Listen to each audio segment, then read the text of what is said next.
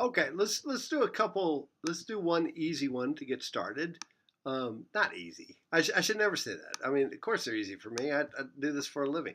So let's take a look here, and it looks like we've got um, kind of need a little autofocus here, don't you think? When we move in,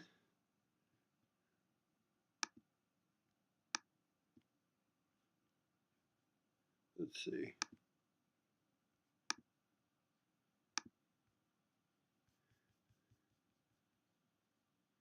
Over here for autofocus. No, I think we're good. All right, so here we go. It could just be my glasses too, but anyway. All right, so let's take a look at this. A jogger accelerates from 3 meters per second. This is a good one. We're looking at problem 25 here. Okay, problem 25. A jogger accelerates from rest to 3 meters per second in 2 seconds. From rest, what does that mean? V naught equals 0, right? So a car accelerates from 38 to 41 meters per second, also in 2 seconds. Find the acceleration and magnitude of the jogger. Determine the acceleration and magnitude of the car. And does the car travel further than the jogger during the 2 seconds? If so, how much further? All right, just that last question. You go, well, okay, well, the acceleration.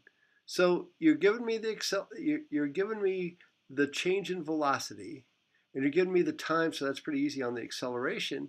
And it looks like the acceleration for both of these is going to be the same. Because I've got 3 minus 0 divided by 2. 41 minus 8 is equal to 3 divided by 2. Acceleration is the same. Oh, okay. So does the car travel further than the jogger during those 2 seconds?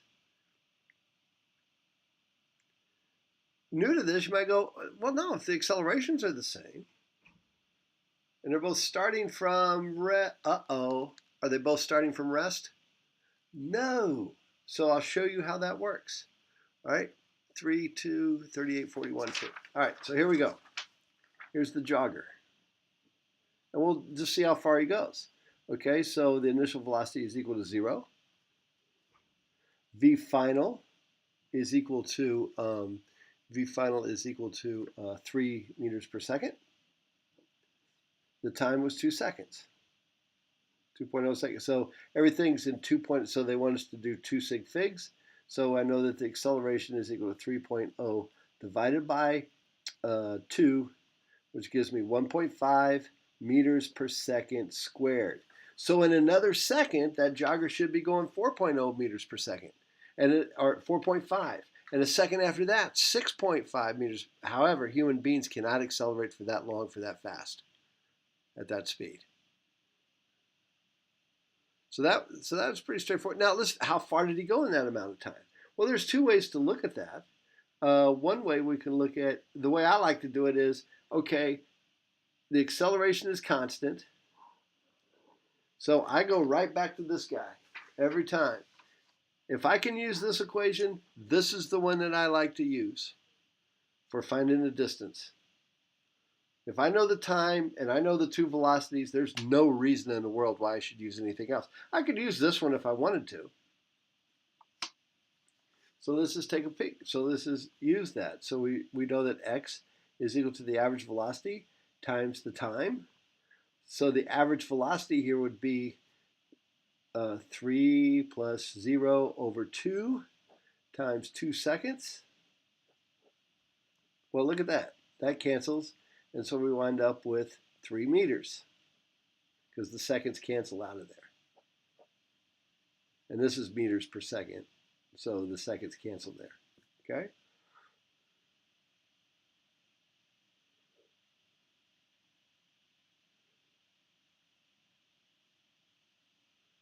So that traveled 3 meters. Let's do the car. Here comes the car. V naught is equal to 38. V final is equal to 41 meters per second. Meters per second. The acceleration, okay, 41 minus 38, no surprises here, divided by 2, should be 1.5 meters per second squared. Easy peasy. Distance traveled.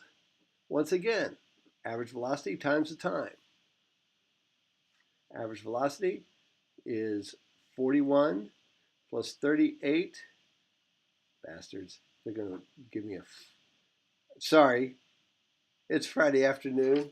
I can talk that way if I want to. I run this.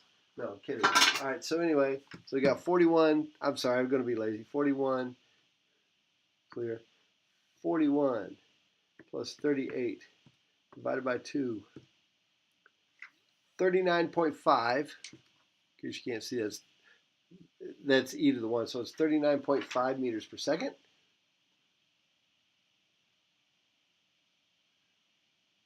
Is my average velocity, so x equals 39.5 times 2, which is going to equal 79. 79 meters.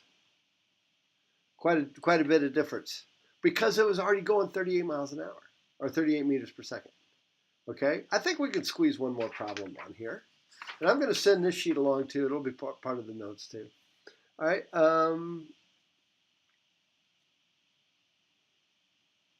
Here we go. This is a good one. I love this Kentucky Derby problem, but we won't do that one right now. So it says, let me make this bigger so that you can see it. And I'm also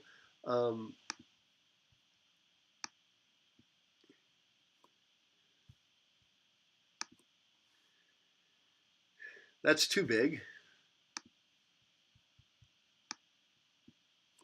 There we go. All right. So it says a jetliner traveling northward is landing with a speed of 69. Both of these would be good test type questions. 69 meters per second. Once the jet touches down, it has 750 meters of runway in which to reduce its speed to 6.1 meters per second. Okay, compute the average acceleration, magnitude, and direction of the plane landing. So we're going to compute the magnitude and direction of that acceleration. Not hard. So this was problem 25. This is problem 20. These problems are taken from a different textbook. Okay. It's actually taken from the textbook I used to use. I just thought it'd be easier I don't know why. I just picked those. So what's the situation? Got this plane coming in for a landing. Okay. A flying beagle coming in for a landing. V naught is equal to 69 meters per second. V final is going to be 6.1 meters per second. The distance it's going to travel is 750 meters. What do they want to know? Oh, we want to find out what A is. We're going to assume A is constant. All right. It traveled that far.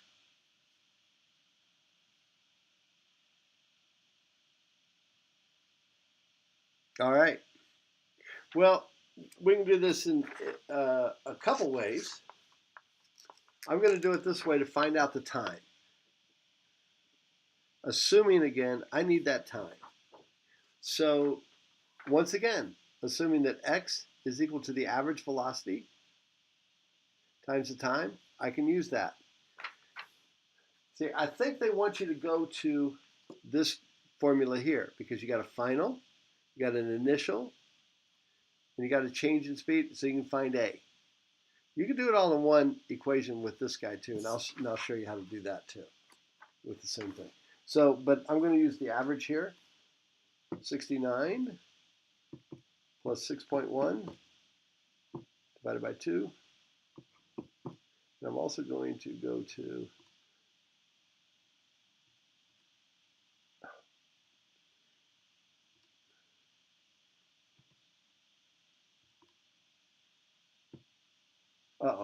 I divided it. So it's 37.55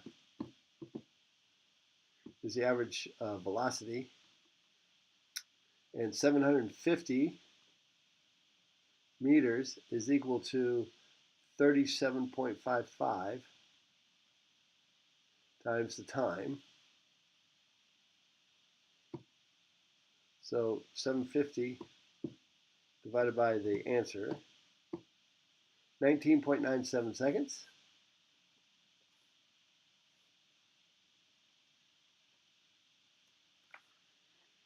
So the acceleration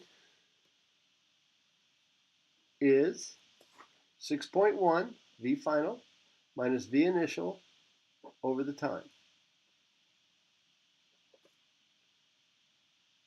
Now notice what happens. I'm going to do parentheses, 6.1 minus 69, close parentheses, divided by 19.97. Boom, negative acceleration. Negative 3.15 meters per second squared. Well, of course it is. If the initial velocity is going this way and it's got to come to a stop, the acceleration has to be that way. Working it the other way, real quick, using this equation, we could have found that acceleration in one step, and I'll show you how we do that. So we have, here's the equation, here's the alternative equation you could use. V final squared is equal to V naught squared plus 2a times x final minus x initial. Okay? So we're going to assume it came in at x equals 0 and ended at x equals 750. All right? So we've got 6.1 squared is equal to V naught squared, or 69 squared, plus 2a times 750 minus 0. So I've got 6.1 squared minus 69 squared is equal to 1500 times a. You see where I got that? 750 minus 0, 750. 750 times 2 is equal to 2a. So 6.1 squared minus 69 squared over 1500 is equal to the acceleration. Let's see what we get when we do that. Again, being careful with my parentheses. Parentheses 6.1 squared minus 69 squared divided by 1500. That light from my thing is not very good. So is equal to negative 3.15. This is the beauty of physics and what makes it also hard. Two ways to do it. All right, we'll look at a couple more problems out here.